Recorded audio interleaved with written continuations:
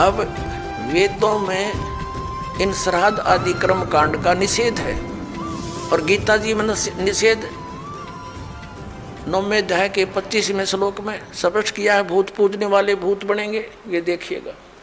Shrimad Bhagavad Gita, Gita press Gorakhpur से प्रकाशित है। जयदयाल गोविंद का इसके अनुवादक है। ये है अध्याय नंबर 9, श्रीमद् भगवत गीता, श्लोक नंबर 25।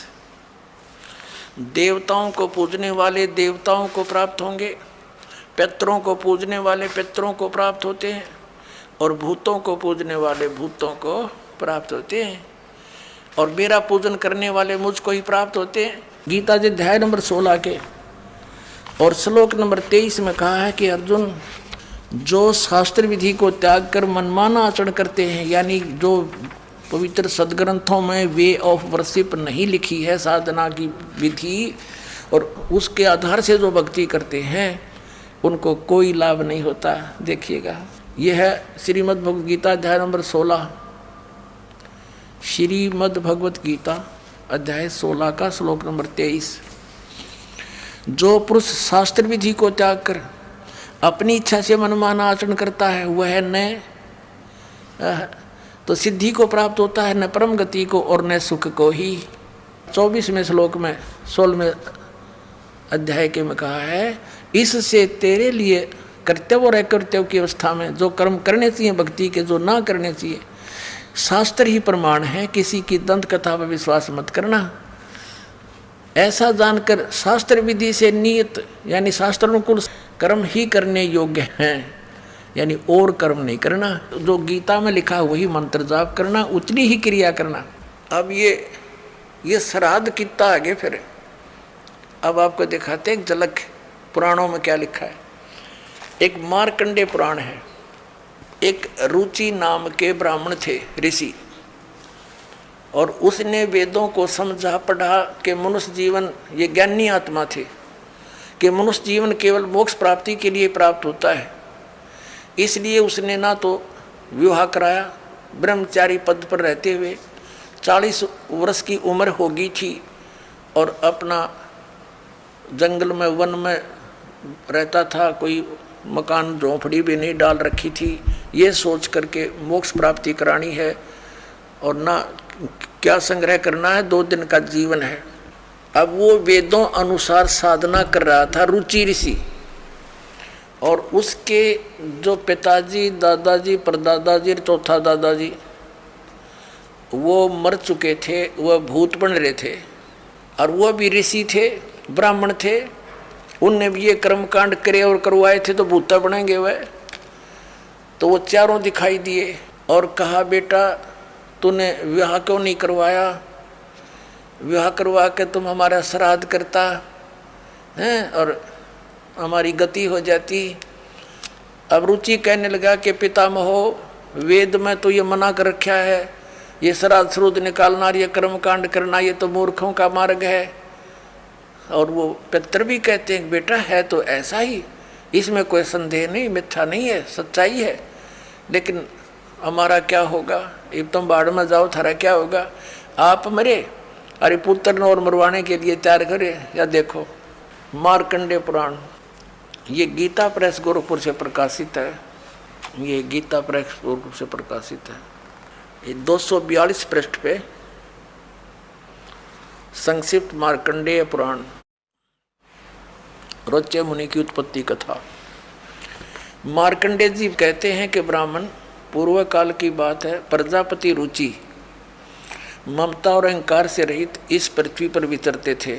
उन्हें किसी से भय नहीं था, वे बहुत कम सोते थे। उन्होंने न तो अग्नि की स्थापना की थी, न अपने लिए घर ही बना रखा था। वे एक बार भोजन करते और बिना आश्रम के ही रहते थे।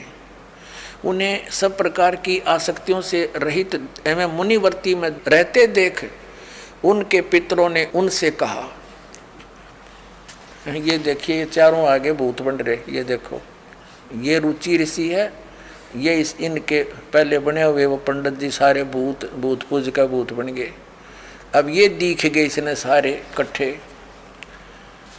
पितर बोले, बेटा विवाह स्वर्ग और अपवर्ग का हेतु होने के कारण एक पुण्यमय कार्य है। ये तो इन पितरों के वचन हैं, ये तो पितरों के वचन है जो अपनी सलाह दे रहे हैं। अब देखना, उसे तुमने क्यों नहीं किया। ग्रस्त पुरुष समस्त देवताओं, पितरों, ऋषियों और अतिथियों की पूजा करके पुण्यमय लोकों को प्राप्त करता है। वह सभा के उच्चारण से देवताओं को, शब्द से पितरों को तथा अन्नदान, बलि, वैष्णदेव आदि से भूत आदि प्राणियों एवं अतिथियों को उनका भाग समर्पित करता है। बेटा, हम ऐसा मानते हैं कि गृहस्थ आश्रम को स्वीकार न करने पर तुम्हें इस जीवन में क्लेश पर क्लेश उठाना पड़ेगा तथा मृत्यु के बाद और दूसरे जन्म में भी क्लेश ही भोगना पड़ेगा। रुचि ने कहा, पितरगण, परिग्रह मात्र ही अत्यंत दुख एवं पाप का कारण होता है तथा उसे मनुष्य की अधोगति होती है, उससे मनुष्य की अधोगति होती है। यही सोचकर मैंने पहले क्षत्रिय संग्रह नहीं किया।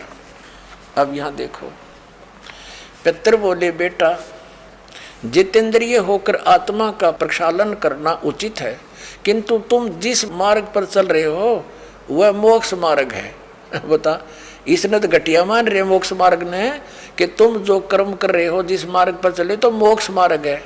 अरे हम बतावांगे पितृवर्ण का मार्ग। देखिए, रुचि ने पूछा, पितामहो, वेद में कर्म मार्ग को अविद्या कहा गया है, जो तुम सलाह दे रहे हो वो कर्म कांड, श्राद्ध श्रुद्ध निकालना, पितृ पूजना, वो तो मूर्खों का सलाह कही है।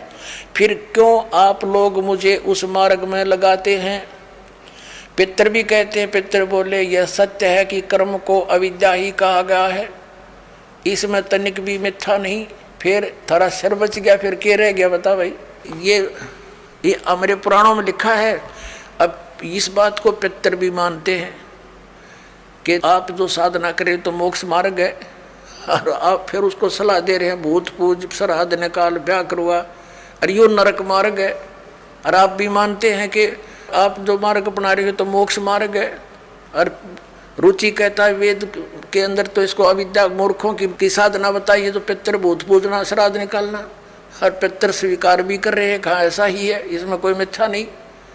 फिर ये बकवाद गट रखी, अगरुम ऐसा कर लो, पितर ऐसा कर देते हैं, पितर पुत्र दे देते हैं, टट्टू दे देते हैं, अपा भूखे मरे, बतावे मूर्ख बना रखा। एक बार क्या था, परमात्मा कबीर जी काशी में गंगा घाट पर चले गए। गंगा का एक घाट बना हुआ है, वहाँ पर ये ब्राह्मण लोग सूर्य को, यानी ऐसे सूर्य की तरफ मुँह करके गंगा से जल उठावें और वहीं डाल दें। कबीर साहब बढ़कर उसमें गंगा में घुटनों पानी में और ऐसे नौकरन लगे, गंगा के जल को पटरी पर फेंक रहे पूरी स्पीड है।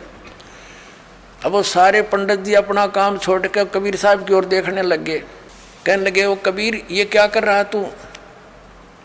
कबीर जी बोले, आप क्या कर रहे हो, मैंने ना पूछा, तुम क्यों पूछ रहे हो मेरे से, पहले आप बताओ आप क्या कर रहे हो। कि हम अपने पितरों को स्वर्ग में जल भेज रहे हैं, ये हम यहाँ जल डाल रहे हैं ना, ऐसे मंत्र बोलकर, ऐसे सूर्य की तरफ मुकर के, ये वहाँ स्वर्ग में हमारे भूखे प्यासे पितरों को जल प्राप्त होगा। परमात्मा बोला, मैंने एक बगीची लगा रखी अपनी झोपड़ी के आगे, और मैं उस झोपड़ी को उस बगीची को सींच रहा हूँ। फिर मंड के करड़े हो गए। तो वो कहने लगे, रे भोले आदमी, इतनी दूर कैसे जाएगा जल, ये तो यहीं पड़ा है। वो तेरी झोपड़ी के आगे बगीची जो छोटी सी लगा रखी, वो कैसे सिंचाई होगी इससे, कि एक लाखों किलोमीटर दूर, मील दूर तुम्हारे पितरों को स्वर्ग में ये पानी मिल सकता है, तो ये 2 किलोमीटर पर क्या दिक्कत आएगी इसको। तो उनकी चौंध टूट गई। पंडित जिया ने फिर अपना गलती स्वीकार की, मालिक की शरण ग्रहण करी।